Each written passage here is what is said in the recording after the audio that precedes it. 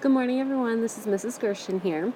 This week we're going to continue to add our inflected ending, ing, onto the end of words. Now, this week our words are going to have long vowel sounds. As you can see from our headers up here, we have a vowel consonant E, making the vowel say its own name. And then we have two vowels in a row followed by a consonant, and those two vowels make the first vowel say its own name.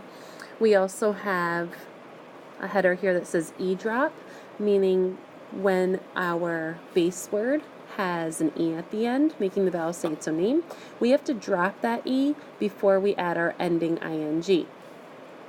In our long vowel words that have two vowels walking together, you actually don't have to change that base word at all when adding ing, and we're going to see a couple of these as we go through. I'll show you a couple of examples, and then you can go ahead and start sorting. Let me go ahead and read through the words first. We have use, eating, wave, looking, closing, clean, trade, look.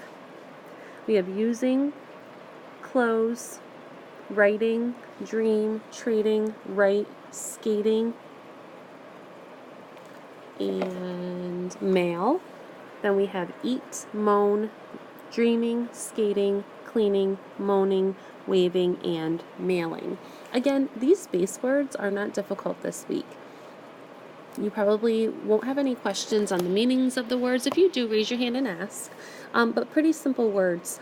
But we are going to be following the rule of, do I have to drop an E and add ing, or do I just leave it because it's two vowels and add ing? So our first example we have in our headers, we have use, which is a vowel consonant E. So you can see next door, when we switch use to using, adding ing, you drop that E that was right there at the end of the word. Then we have our word eat, which is vowel consonant. And you'll notice here with its partner that you don't change that base word at all. It's still eat, but you're adding ing onto the end. So go ahead and grab your scissors. I don't think I need to go through any more examples. You're looking for those words that ends in E, and you have to drop that E and add ing. And then you're looking for those base words that have a vowel consonant, making the vowel say its own name, but you don't have to do anything to that base word. You're just adding ing onto the end. All right, it's time to grab your scissors, and happy sorting.